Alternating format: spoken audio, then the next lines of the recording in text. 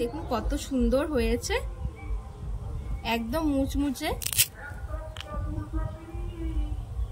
নমস্কার বন্ধুরা, আবার একটা রেসিপি নিয়ে চলে এসেছি।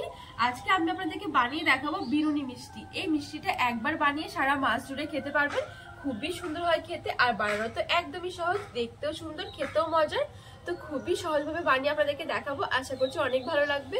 তো পুরো ভিডিওটা না টেনে দেখার অনুরোধ রইল। তো চলুন আমি বিরুনি মিষ্টিটা বানানো শুরু করি। তো সবার প্রথমে একটা বাটি নিয়ে নিয়েছি, তারপর আমি নিয়েছি এখানে ময়দা। ময়দার পরিবর্তে কিন্তু আটাটাও দেওয়া যাবে, স্বাদ একই রকমই হবে। তো আমি ময়দা দিয়ে দিচ্ছি। এখানে আমি 1.5 বাটি মতন ময়দা নিয়েছি, আর আমি সামান্য একটু লবণ দিয়ে দিচ্ছি, আর আমি দিয়ে দিচ্ছি 1 চামচের মতন ঘি। এখানে যদি ঘিটা না থাকে তাহলে কিন্তু সাদা তেলটা দিলেও কিন্তু হবে। এবার আমি এই ঘিটা দিয়ে ভালো করে ময়দাটা ময়াম করে নেব।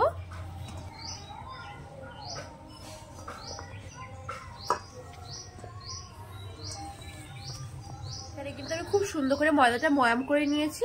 এই দেখুন, চাপ দিলে কিন্তু কি সুন্দর জড়ো হয়ে যাচ্ছে। ঠিক এরকম করে ময়দাটা ময়াম করে নিতে হবে। এবার আমি অল্প অল্প করে এখানে জল দিয়ে একটা ডোয়ের মতন বানিয়ে নেব। এই দেখুন, এখানে আমি ডোটা খুব সুন্দর করে মেখে নিয়েছি। খুব বেশি শক্ত করে নিই, আবার কিন্তু খুব বেশি নরম নয়, মিডিয়াম এরকম করে নিতে হবে ডোটা। এবার আমি এখান থেকে ছোট ছোট করে রেস্ট কেটে নেব। আমি কিন্তু এখানে রেস্টে দিইনি, রেস্টে দেওয়ার কোনো দরকার নেই, এইরকম করে নিলেই কিন্তু হয়ে যাবে। এখানে আমি সবগুলো লেচি কেটে নিয়েছি। এবার আমি এই লেচিগুলো থেকে রুটি তৈরি করে নেব। এবার আমি চাটুর মধ্যে রেখে রুটির মতন করে বেলে নেব।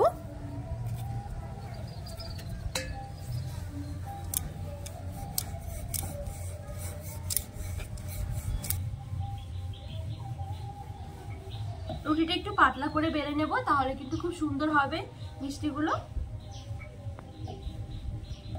এখানে আমি রুটিটা একটু পাতলা করে আর একটু লম্বা করে বেলে নিয়েছি, এই দেখুন। এবার আমি এই সাইডগুলো একটু সমান করে কেটে নেব।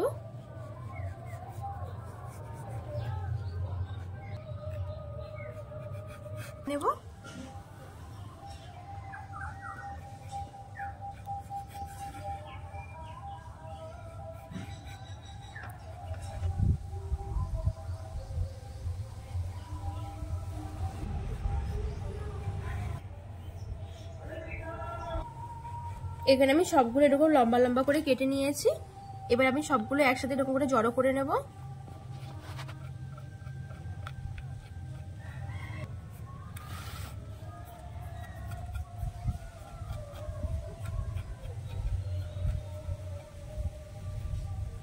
এই দেখুন, সবগুলো আমি একসাথে এরকম জড়ো করে নিয়েছি।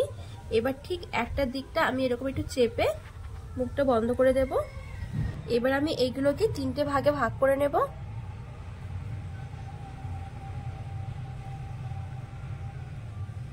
এখানে আমি 3টে ভাগে ভাগ করে নিয়েছি। এবার ঠিক বিনুনির মতন করে আমি বানিয়ে নেব।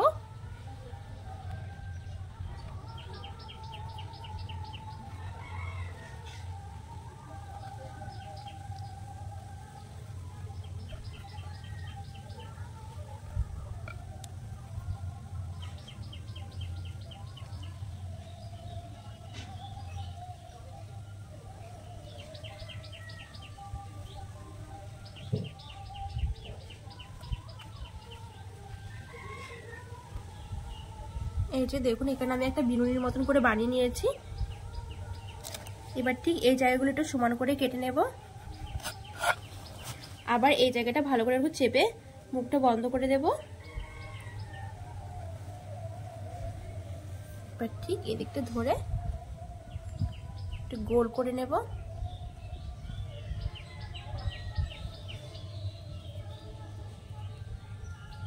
দেখুন, এখানে কিন্তু আমার একটা মিষ্টি তৈরি করা হয়ে গেছে।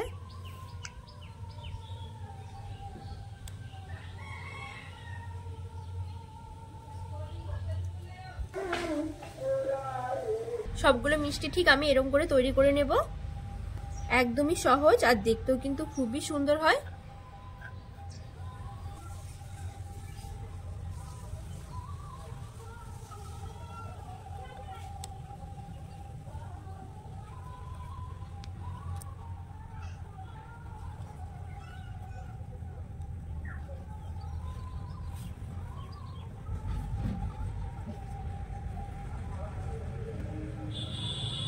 এইভাবে মুখটা বন্ধ করে দিতে হবে, তাহলে কিন্তু আর ভাজার সময় খুলে যাবে না।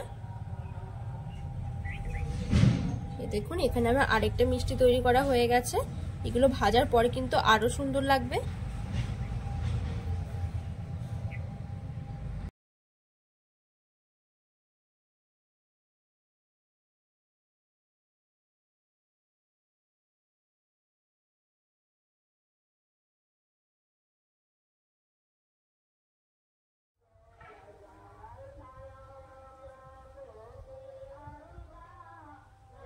এখানে আমি সব মিষ্টিগুলো তৈরি করে নিয়েছি। এবার আমি চলুন মিষ্টিগুলোর জন্য একটা চিনির শিরা তৈরি করে নেব। এবার আমি এখানে একটা বাটি বসিয়ে দিয়ে দেব চিনি। আমি এখানে হাফ বাটি চিনি নিয়েছি।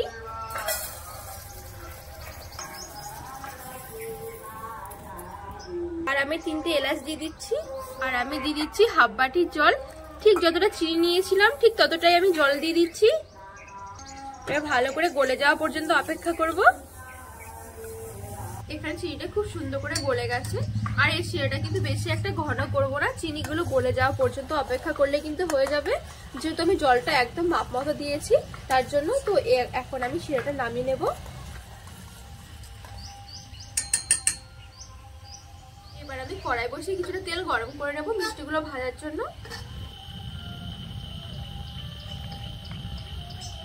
তেলটা একদম হালকা কুসুম করে গরম করে নিয়েছি। বেশি কিন্তু একদম গরম করা যাবে না, তাহলে কিন্তু মিষ্টিগুলোর উপরে কালার চলে আসবে, ভেতরে কিন্তু কাঁচা থেকে যাবে, মুচমুচে হবে না। তো একদম হালকা কুসুম গরম আছে এই তেলটা এখন। তো এবার আমি মিষ্টিগুলো দিয়ে দিচ্ছি।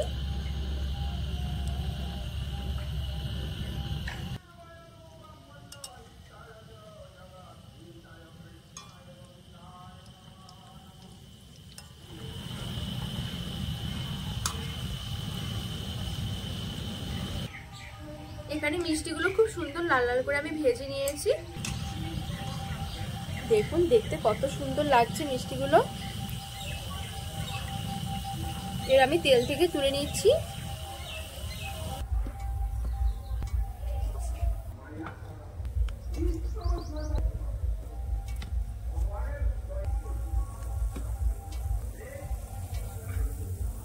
এখানে আমি সবগুলো মিষ্টি খুব সুন্দর করে ভেজে নিয়েছি। এবার যে আমি চিনি শিরাটা তৈরি করে রেখেছিলাম সেই চিনি শিরার মধ্যে আমি দিয়ে একটুখানি কোট করে নেব।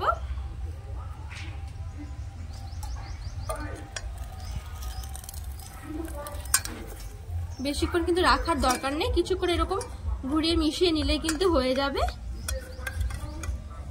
এই দেখুন